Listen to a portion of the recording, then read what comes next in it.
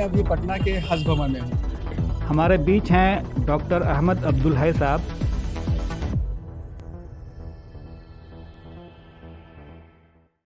बिहार की नीतीश सरकार अल्पसंख्यकों के विकास के लंबे चौड़े दावे करती है। सांकेतिक रूप से खुद मुख्यमंत्री नीतीश कुमार दरगाहों और मज़ारों पर चादरें चढ़ाते हैं, खानकाहों में निर्माण कार्य के लिए पैसे खर्च करते हैं। लेकिन क्या इतने से ही अल्पसंख्यकों का कल्याण हो जाता है? ये पूछा है बिहार विधान परिषद के जारी बजट सत्र में कांग्रेस के एमएलसी प्रेमचंद मिश्रा ने। प्रेमचंद मिश्रा मंगलवार को सदन में अल्पसंख्यक विभाग के लिए अलॉट किए गए बजट पर बोल रहे थे। साल 2021-22 के लिए नीतीश सरकार ने अल्पसंख्यक विभाग को 562 करोड़ 62 लाख रुपए दिए हैं। प्रेमचंद मिश्रा ने आरोप लगाया कि मुख्यमंत्री नीतीश कुमार भाजपा के दबाव की वजह से पूरा पैसा खर्च नहीं कर पाते हैं। मिश्रा जी ने और क्या क्या कहा, देखिए इस वीडियो में। हमारे कई सत्ता पक्ष के साथियों ने अल्पसंख्यक कल्याण को लेकर काफ़ी बातें कही हैं। हालांकि ज़्यादातर पॉलिटिकल स्पीच था, लेकिन जब वो उपलब्धियां गिनाने लगे अब माइनॉरिटी वेलफेयर डिपार्टमेंट ने क्या क्या काम किया है, तो कई प्रकार के सवाल खड़ा हो गए कि आखिर ये कौन सा काम इन्होंने किया है। क्या बिहार से लेकर दिल्ली तक चारों तरफ अनावश्यक मुद्दों को लेकर एक वर्ग विशेष को नफरत की वातावरण बनाकर कहीं न कहीं सोसाइटी में उन्हें कन्फ्लिक्ट का वातावरण बनाने का काम हुआ? चाहे सीए का मामला हो, एनआरसी हो, धारा 370 हो, ये ऐसे मुद्दे उठाए गए सत्ता पक्ष के द्वारा जिससे समाज में कटुता बढ़ी है। कहीं न कहीं रिलीजियस और सोशल कन्फ्रंट्रेशन बढ़ा और एक वर्ग विशेष को कहीं न कहीं डाउटफुल बनाने की कोशिश की गई, जो कि वो मुद्दे गैर जरूरी थे, उसे उठाने की आवश्यकता नहीं थी। और मुझे आश्चर्य लगा कि माननीय मुख्यमंत्री जी पहले उनका कुछ स्टैंड था इन मुद्दों पर, बाद में उन्होंने अपना स्टैंड बदल लिया। 370 पे भी बदल लिया, सीए पर भी बदल लिया और एनआरसी पर भी बदल लिया। तो मेरा मानना है महोदय मेरा मानना है, अगर बिहार जैसे राज्य में जो आवश्यकता नहीं है, जो आज हम देखिए, आज हम बजट पर बात कर रहे हैं, आप बैठिएगा, आपके साथी बोले, बात बोलिएगा। जो मुद्दे बात कर रहे हैं, मैं बात कर रहा हूँ समाज में विकास। ये बजट पे भाषण हो रहा है। कोई भी सरकार जब बजट बनाती है और डिपार्टमेंट का नाम रखती है अल्पसंख्यक कल्याण विभाग, आप उस वर्ग का कल्याण कैसे कर सकते हैं? उस पर डाउट क्रिएट करके? ये नहीं हो सकता है। अगर समाज में सद्भाव रहेगा, भाईचारा रहेगा, तभी विकास की बात हो सकती है। विकास कन्फ्रंट्रेशन से नहीं होता महोदय, विकास फाइट से नहीं होता, घृणा का वातावरण बना के नहीं होता, समाज से काट देने को लेकर नहीं होता। मेरा ये कहना है, अगर डेवलपमेंट के लिए आपने 562 करोड़ लगाए हैं इस वित्तीय वर्ष में, तो आपको बताना पड़ेगा कि पिछले साल जो आपने बजट एलोकेशन किया था, उसमें से वो पूरा पैसा क्यों नहीं खर्च हुआ? अगर हमारा कमिटमेंट है, हम कहते हैं कि हमने बिल्कुल माइनॉरिटी स्कीम के लिए बहुत सारे काम किए हैं, तो आपके पैसा रखा ही क्यों रह गया? इसका जवाब तो मंत्री बैठे यहाँ सरकार की तरफ से आना चाहिए। मैं ये जानना चाहता हूँ, ये क्यों नहीं हुआ? चूंकि पूरे प्रोसेस में आप कन्फ्रंट्रेशन में लगे रहे। आप अल्पसंख्यकों के राजनीतिक तौर पे, सामाजिक तौर पे कटघरे में खड़ा करने को लेकर जो राष्ट्रव्यापी एजेंडा है, उस पर काम करते रहे। आपने माइनॉरिटी वेलफेयर की बात कभी एक कदम नहीं की पिछले 1 सालों में। जो उससे पहले की बात मैं नहीं करता, मैं पिछले साल के बजट पर बात कर रहा हूं। और अब जो आपने बजट एलोकेशन किया है, इसका क्या गारंटी क्या पूरा खर्च करेंगे माइनॉरिटी वेलफेयर के नाम पर? और ये चीज तब होती है जब, मेरा यह मानना है कि इस देश में अगर हम फ्रीडम मूवमेंट को देख लें, इनकलाब जिंदाबाद ये नारा किसने बनाया? सारे जहां से अच्छा हिंदुस्तान हमारा किसने कहा? अंग्रेजों भारत छोड़ो किसने कहा? सोचिए, इन पंक्तियों की भावनाओं की समझ। आज भी इन बातों को बोलने से शरीर में रोमांच होता है। जो आजादी की लड़ाई में जिन लोगों ने इतना बड़ा कंट्रीब्यूशन दिया, देश को एक नारा दिया, उत्साह बढ़ाया, आज उसे अब कटघरे में खड़ा कर रहे हो सिर्फ वोट की राजनीति के लिए। ये नहीं चलेगा। और अगर ऐसा चलाना चाहते हैं तो फिर डेवलपमेंट नहीं होगा। मेरा ये स्पष्ट मानना है। तो मैं माननीय मंत्री जी सारे जहां से अच्छा हिंदुस्तान हमारा अल्लामा इकबाल साहब ने दिया, लेकिन वो हिंदुस्तान बांटने के लिए उन्होंने पाकिस्तान के लिए लिख दिया और हिंदुस्तान छोड़ के पाकिस्तान चले गए। यह भी जानना चाहिए महोदय। ठीक ये इंफॉर्मेशन सही नहीं है। ये गलत बात मंत्री है। जी का जो इंफॉर्मेशन है वो सही नहीं है। अल्लामा इकबाल जो है ना 1935 में आजादी से पहले मर गए थे। वो हिंदुस्तान छोड़ के पाकिस्तान नहीं गए थे। अल्लामा इकबाल जो मुत्तहिदा हिंदुस्तान है, यूनाइटेड इंडिया है, उसके लिए उन्होंने आजादी की, आजादी का ये तराना। शुक्रिया, थैंक यू। मैं गुलाम गौस साहब को अभी धन्यवाद करता हूँ। सर मेरा समय खत्म हो गया। एक मिनट। हैराम के वजूद पे हिंदुस्तान को नाज, हैराम के वजूद पे हिंदुस्तान को नाम, अहले वतन समझते हैं उनको अपना इमाम। माननीय मंत्री जी अपना ज्ञान वर्धन कर लें। अल्लामा इकबाल कभी देश बांटने वालों में नहीं। बहुत बढ़िया, मैं माफी की बात करना चाहता हूँ, और देश किन लोगों ने बांटा मैं उनका नाम नहीं। चलिए अभी गुलाम गौस जिंदाबाद। सारा लोग जानता है कि देश किन लोगों ने बांटा। तो मैं कह रहा था महोदय कि डेवलपमेंट के लिए शांति और भाईचारा बहुत आवश्यक है। जो सरकार यह दावा करती है कि मैंने माइनॉरिटी वेलफेयर के लिए बहुत सारे काम किए, तो मेरे चंद सवाल हैं हुक्मरानों से जो बिहार के सत्ता में बैठे हैं। हालांकि अलग बात है कि उनकी पार्टी, उनके गठबंधन का कोई विधायक अल्पसंख्यक वर्ग से चुनकर नहीं आया। लोगों ने इन लोगों को समझ लिया, माइनॉरिटी वर्ग ने भी समझा, और इन दोनों के सारे उम्मीदवारों को जो अल्पसंख्यक वर्ग के थे हराने का काम किया। एक भी अल्पसंख्यक प्रतिनिधि जेडीयू और बीजेपी ने तो टिकट ही नहीं दिया, उसका तो अपना अलग लाइन है, जीत कर नहीं आया। ये एक बड़ा एक जवाब है। मैं ये जानना चाहता हूं, बजटीय प्रावधानों का खर्च नहीं होना, अगर 562 करोड़ हम लाए, ये भी खर्च नहीं कर पा रहे आप, इसका मतलब आपने कोई काम नहीं किया। मैं ये जानना चाहता हूं महोदय, सेकेंडरी स्कूलों में शिक्षक नियुक्ति के बहाने जो उर्दू के साथ खेल हो रहा है, ये बड़ा महत्वपूर्ण। ये उसी तरह से जैसे मैथिली के साथ किया इन लोगों ने, उर्दू के साथ भी शुरू किया। उर्दू सरकारी, दूसरी सरकारी जुबान है। उर्दू को क्या किया है, ऐच्छिक विषय की सूची में बंगला के साथ लाया। यह अल्पसंख्यक कल्याण का काम है।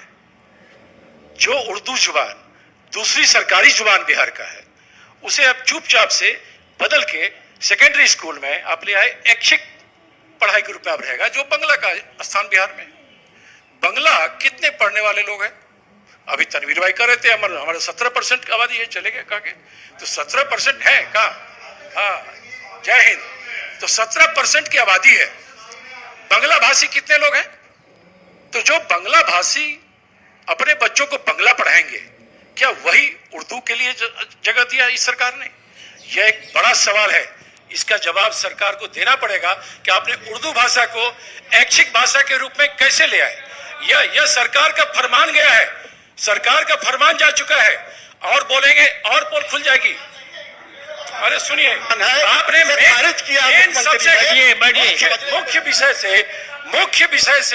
मुख्य विषय से उर्दू को हटाकर ऐच्छिक विषय में लाया गया है, और ये कहते हैं कि अल्पसंख्यक कल्याण की बात कर रहे हैं। उर्दू के साथ धोखाधड़ी किया है महोदय सरकार के लोगों ने, और ये बात करते हैं माइनॉरिटी वेलफेयर की। ये नहीं चलेगा।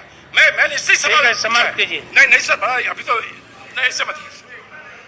सीएम ने कई बार, नीरज जी, माननीय मुख्यमंत्री जी ने कई बार कहा कि 72,000 प्राथमिक विद्यालयों में एक उर्दू का शिक्षक होगा। यह मुख्यमंत्री के बयान है अनेकों बार। क्या बिहार के 72,000 स्कूलों में उर्दू के शिक्षक हैं? बिल्कुल नहीं। कितने शिक्षक हैं वो मैं बता देता हूं तनवीर जी आपकी जानकारी के लिए। 39,000 उर्दू शिक्षक हैं, और बाकी 30,000 से ऊपर 32,000 शिक्षक की बहाली नहीं कर पाए 15 साल चीफ मिनिस्टर रहकर। सिर्फ अखबार में बयान देने के लिए हम इतने ही करेंगे, हम वो करेंगे। आप कर क्यों नहीं रहे? आपने नहीं किया क्योंकि आपके नियत में खोट है। सुबोध भाई, उर्दू विद्यालयों के वजूद को ही समाप्त करने की भी कोशिश हो रही है। देखिए, जो भी काम हो रहा है बड़ी चालाकी से कर रहे हैं आप, जब पता नहीं बीजेपी के दबाव में कर रहे हैं या क्या कर रहे हैं। सामान्य श्रेणी के प्राथमिक विद्यालयों में उर्दू स्कूलों का समायोजन, जो सामान्य श्रेणी के स्कूल है उसमें उर्दू विद्यालयों का समायोजन एडजस्ट किया जा रहा है। अब सोचिए, उर्दू विद्यालय जो खोले गए जिन उद्देश्यों को लेकर, उसका क्या होगा? ये जवाब तो सरकार को देना पड़ेगा। पटना में ही कम से कम 10 ऐसे स्कूल है, उर्दू के स्कूल थे, जिनको एडजस्ट कर दिया गया, सामान्य विद्यालय में कन्वर्ट कर दिया गया। और सुनिए क्या क्या किया गया। अल्पसंख्यक कल्याण विभाग द्वारा संचालित एक बड़ा ही लोकप्रिय कार्यक्रम स्टार्ट हुआ था, हुनर एंड औजार योजना। वो बंद क्यों है? 10 साल से बंद है। इसकी जवाबदेही कौन है? राज्य में 12,659 कब्रिस्तानों की घेराबंदी की बात की थी ना आपने, शायद आपने की थी। नहीं, तनवीर राय ने की थी। इन्होंने कहा 8,000 कब्रिस्तान है, मैं कह रहा हूं 12,000 से ऊपर कब्रिस्तान है, जिसमें घेराबंदी कितना किया है। मैं कंक्लूड कर देता हूं, फिर बोलिए चलिए, समाप्त किया जाए। मैं कंक्लूड कर देता हूं। समाप्त किया जाए। 12,659 कब्रिस्तानों में अब तक मात्र 6,000 कब्रिस्तान की घेराबंदी हुई है। आधे से अधिक कब्रिस्तान की घेराबंदी नहीं किया, अब भाषण देने का हमने करा दिया। उर्दू एकेडमी महोदय सुनिए, उर्दू एकेडमी में कई वर्षों से जो सरकारी ऑफिशियल लोग हैं उनको जवाबदेही दे रखा है। ये क्या है कि भाषा के प्रति इतनी क्यों है? उर्दू एकेडमी में कोई चेयरमैन क्यों नहीं बना रहे आप?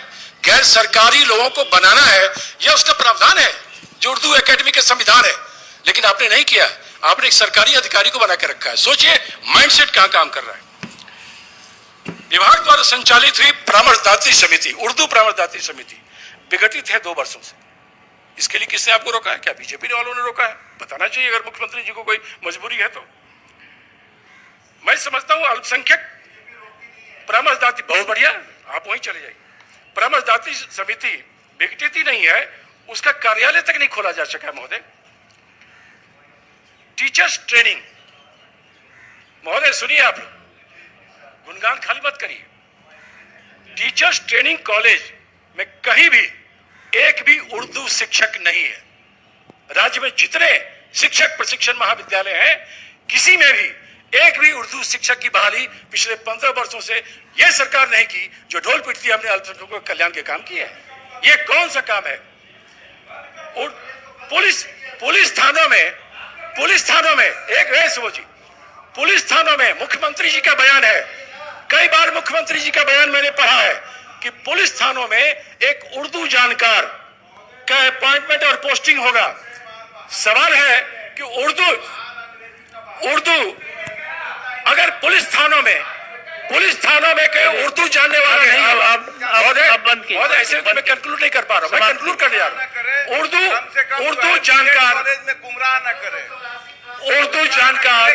उर्दू जानकार अब देखिए कैसे कर रहे हैं लोग। जब आप अपना पढ़िए ना। मैं समझता हूं अल्पसंख्यक भाई देख रहे होंगे कैसे ही लोग कर रहे हैं। एक पुलिस स्टेशन में एक उर्दू जानने वाला का पोस्टिंग होगा, यह मुख्यमंत्री का बयान है। किसी भी पुलिस स्टेशन में एक उर्दू जानकार नहीं है। कोई अल्पसंख्यक जो उर्दू जानने वाला है वो अपना कंप्लेन करने जाएगा तो उसकी बात कौन सुनेगा? कहीं सुनी नहीं जाती है।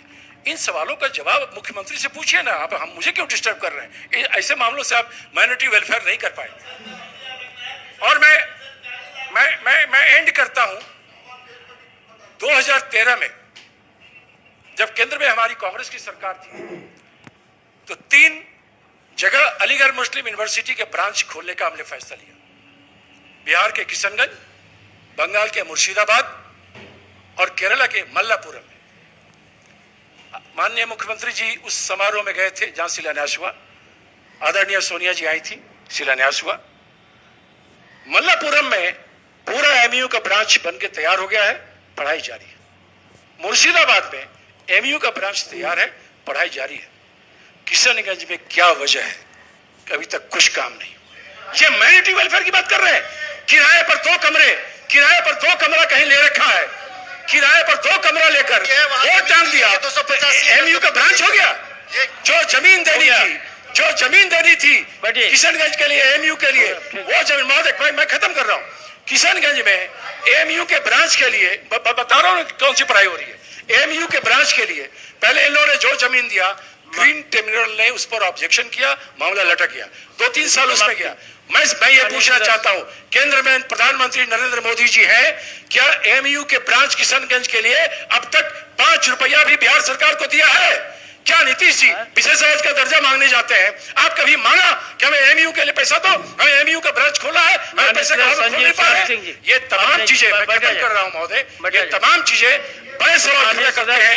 इस बिहार की सरकार वेलफेयर की बात करती है, ठीक क्या बिहार के अल्पसंख्यक भाइयों ने इन लोगों को पहचाना? मुंह में राम बगल में छुरी, बीजेपी के साथ रहकर आरएसएस के एजेंडा पर चलकर कोई व्यक्ति माइनॉरिटी वेलफेयर की बात नहीं कर सकता है, जो मैं दावे के साथ करता हूं। इस बुलेटिन को पेश किया है टॉप कलेक्शन और सबिहा डिजाइनर ने।